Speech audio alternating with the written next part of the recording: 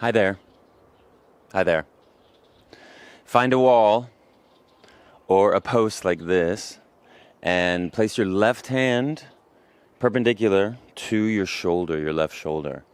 Separate the fingertips as much as you can, and your feet are hip width apart. And make sure that your feet are under your hips. Your body's not too crooked there. And we're going to exert pressure with that hand into the wall. I'm not going to raise this shoulder up. I'm going to let this drop because this is the anchor. And your rib cage is the boat. And you're going to rotate the boat away from the arm. And then push into that post or that wall again. And then keep everything below the rib cage, especially the abdominal region, the butt, and the quads tight and not moving. And then rotate that rib cage to the right. And breathe into your collarbones up here. And then welcome to Holistic Movement with me, episode 42. And that sun's coming out. We're not raising the shoulder up. We're keeping it low. And hopefully you're feeling it maybe from the hand more, maybe the wrist, maybe the upper arm, maybe the shoulder, pec minor. Why are we doing this exercise as the first movement? Because in the last couple of weeks, we've been going over the causes on the road map, on the map, body map instead of road map this time, of wrist pain and neck pain. And so this is one of the causes. The whole freaking arm, the front, the anterior portion of the arm. Okay, slowly come back, rest that arm, relax here. And I'm relaxing my junk, my pelvic floor, because I was just tensing it. I'm going to turn away from the camera because I'm just so disdained and I do not want to look at y'all. I'm tired of this. Okay, the right hand is in line with that right shoulder.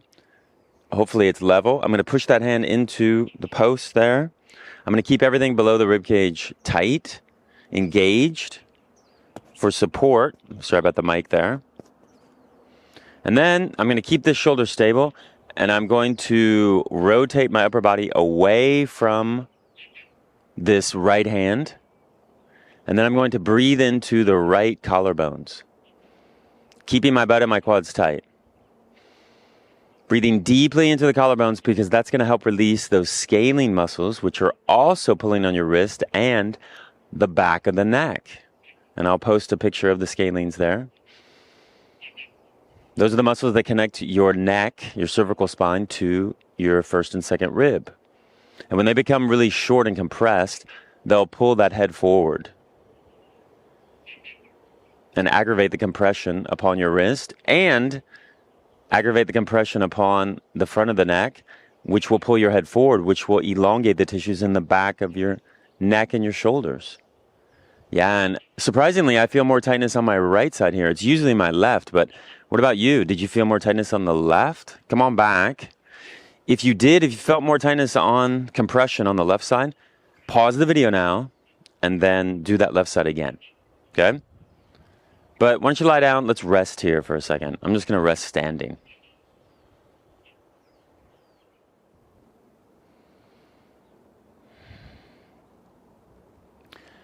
Let's bend our right knees. Bring your left arm next to your left ear. Push yourself over to your right-hand side. And the theme of today's class is the middle path, the Taoist perspective. 中庸之道. How do we find, when we go to extremes, and today we're not going to extremes per se, we're going to, meaning that one side of the body is going to try to balance this way, and then the other side will compensate to help counterbalance so we won't fall. And then when we go to these two opposites, balancing wise, can we focus on our center, meaning here, right here, our abdominal region, and find that middle path? We're going to do an exercise that we've done before based upon a Gray Cook diagnostic tool to help people feel that where they need to strengthen from the abductors or the inner thighs. Where is it that's weak, that needs more conditioning and strength training to help maintain our balance when we lean to the left or right, when we walk. This is one forgotten part of the body here. From this camera angle, hopefully you'll be able to see my foot, my right foot, and my left foot is forward, and both legs are in one line. Let me show you from this angle so you can see here. So here's my right leg, here's my left foot. I'm going to lean my pelvis forward here, lean into my hip joints, bringing my arms up to the side. So I got the left extreme, I got the right extreme. And then the middle path is here. In Chinese martial arts, they talk about the dantian. And here we go, the belly button, right there. Again, I'm leaning forward, and I'm just balancing here. And I'm finding the middle path. I'm finding my center here. And I'm breathing into it.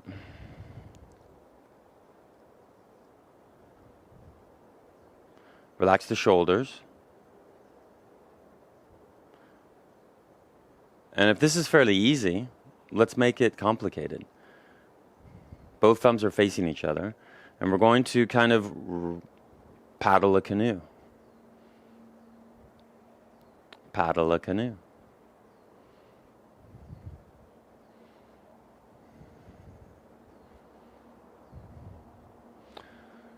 I'm feeling my inner thighs, my outer thighs, my abductors, my adductors, my abductors.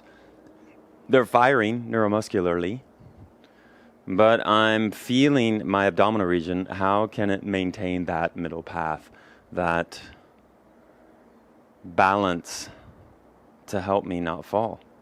Focusing on that. Let's do one more, and then we'll switch. Okay. Let's squat. If this hurts your knees, of course, don't squat like this. You can just take 2 knees, like this. Switch to the other side. Bring your right foot forward. Make sure that your right heel is in line with your left knee, and your back foot is not curled under, because I don't want you to rely on the foot. You're relying on the hips to balance and finding your middle. Bring the arms up to the side. Bring the pelvis forward. Lean into it. Keep your left butt cheek tight. And then maybe you notice shaking your big toe, trying to figure out how to balance. Relaxing the shoulders. Keeping that focus, those eyes ahead. On some point, I'm focused on this tree here, this broken branch. Then, thumbs facing each other. And we're going to paddle the canoe. Paddle the canoe. Is this side more difficult or challenging for you than the other side? For me, it is. Because I have this weaker right knee. I'm keeping my left butt cheek tight, paddling this canoe.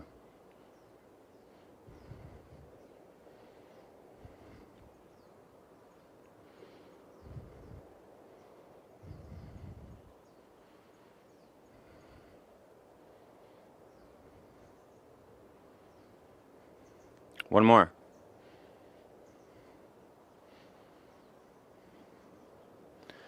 Okay, bring the hips back first. Sorry, I didn't bring that up the first time. Let's line our backs. I'm going to lie in this sea of ants here. And let your body fall into the floor. Notice what you feel. Is it more in the hips? For me, it is. Especially this right abductor, the right glute medius and minimus. Feeling it fire a little bit more than the left one because it's weaker. And just rest into this.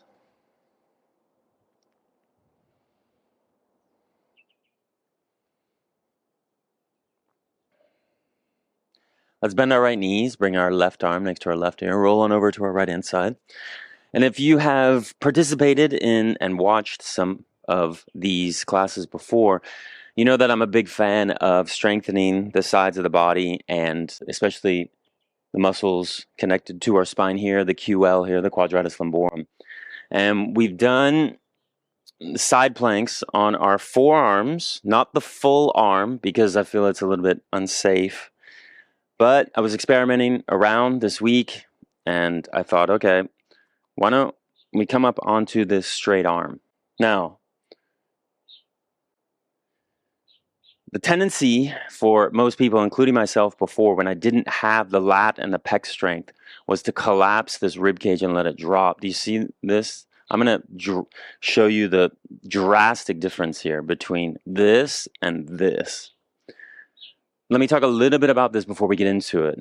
Now, if you watch gymnasts, they connect their hand all the way up to their shoulders.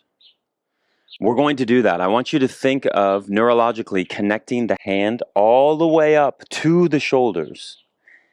But while engaging, and engaging the lats and the pecs to create what they call force closure, meaning that the joint, the whole shoulder joint, is supported by all these strong muscles, meaning the pecs and the lats, which are much stronger than the rotator cuff muscles and the 19 muscles that are connected to your shoulder blade, okay? But we're not coming up into both legs are straight. We're going to have the lower leg 90 degrees here. Maybe you can see from this camera angle, my lower leg and my right thigh and my left thigh are in one line. I'm going to bring my hand under my shoulder. This hand is just resting here. It's not doing anything. And again, I'm using my pecs and my lats. I'm not letting my ribcage collapse. I'm pushing down with the hand and feeling that connection from my hand all the way up to my sternum. My head, hopefully, is not leaned too far forward. It's in a neutral position. And I'm tightening both butt cheeks and my quads to support me here. And breathe into this. So I'm using my abdominal region, my pecs, my lats, pushing down with the palm, butt muscles, and my quads.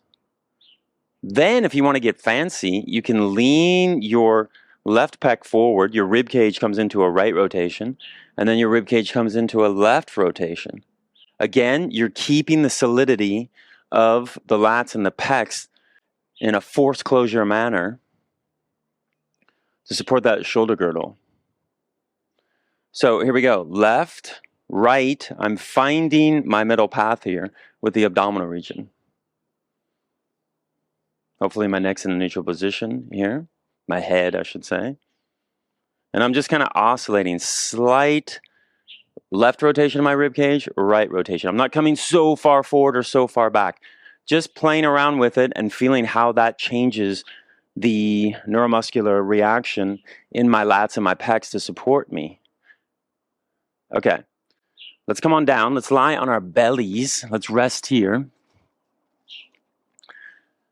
And without me losing the mic, actually, I'm going to lie on my back. Sorry. Why don't you do the same? My fault. And see what you notice about the right shoulder, the whole right arm and shoulder, and the left shoulder and arm. You notice any difference there? I do. I also notice it all the way down to my lower back because my lats are connected to the sacrum.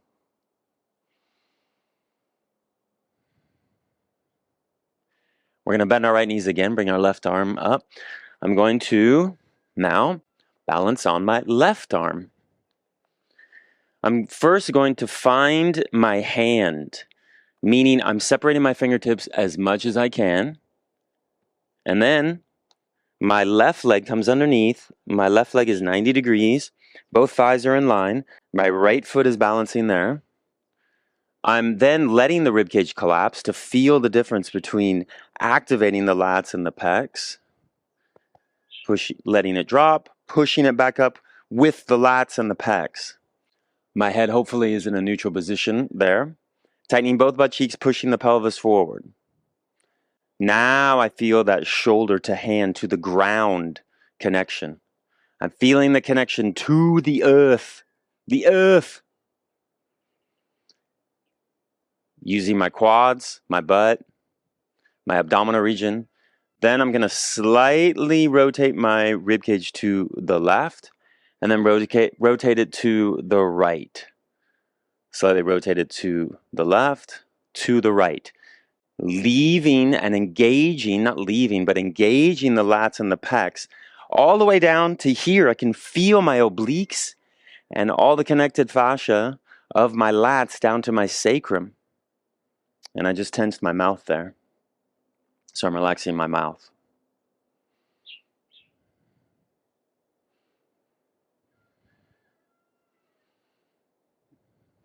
Okay, let's rotate to the right. Drop your right knee. Place both hands down. Let's lie on our backs. Let's rest here for a tick.